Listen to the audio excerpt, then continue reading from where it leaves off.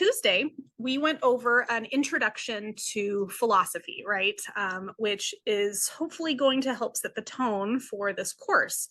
Not just because of the nature of philosophy itself, but because this class in particular is quite controversial, right? We're going to be talking about religious beliefs, religious traditions, and then we're also going to be talking about gender in relation to those things, right? So we're just like stacking controversy on top of controversy here.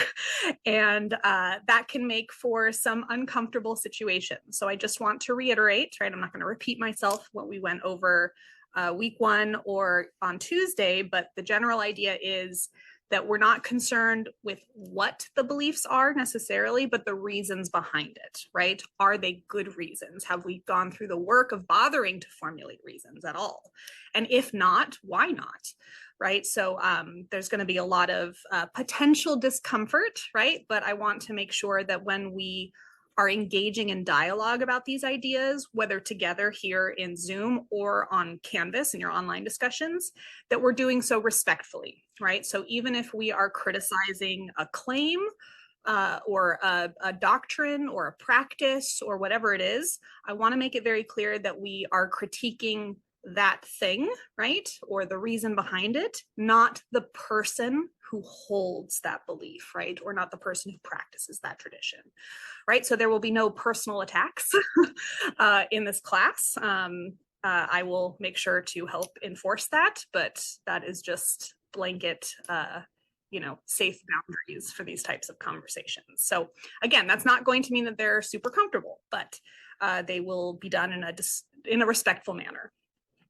All right, so you might have noticed that in life, when a lot of people engage in discussion or argumentation, they don't engage in it the way the philosophers do. When they argue, they're arguing, right?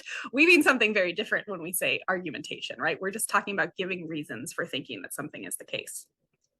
But most people don't know how to argue that way, right? They're talking past each other.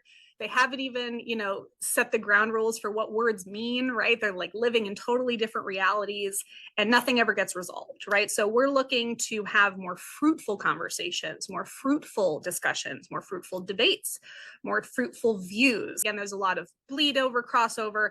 It's not, these are not strict categories, but it's just, these are conceptual tools to help us organize and talk about our thinking and clarify exactly what's being discussed, right? So this is important when we're assessing what we're reading, but also when we're writing our own papers, because our papers for this class are going to be argumentative, right? Which means that we are going to be putting forth an original argument and we're going to have to defend it, right? And so being clear on exactly what's being discussed is going to be useful so that when we get to the part of the paper and the part of life, right, where we encounter critique, potential objection to our views, we are in the best position to respond to that, right? So this is the weird thing about argumentation. We're actually looking at the structure of the arguments first before we actually check to see if the statements are true in the real world.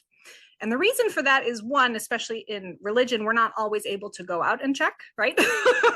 So sometimes the structure is all we have to go on. But even the funny thing is that even if the premises are true in the world, that doesn't mean it's a well thought out argument, right? So it's not really worth our time to go out and assess whether or not the statements are true or false if the structure isn't even there, right?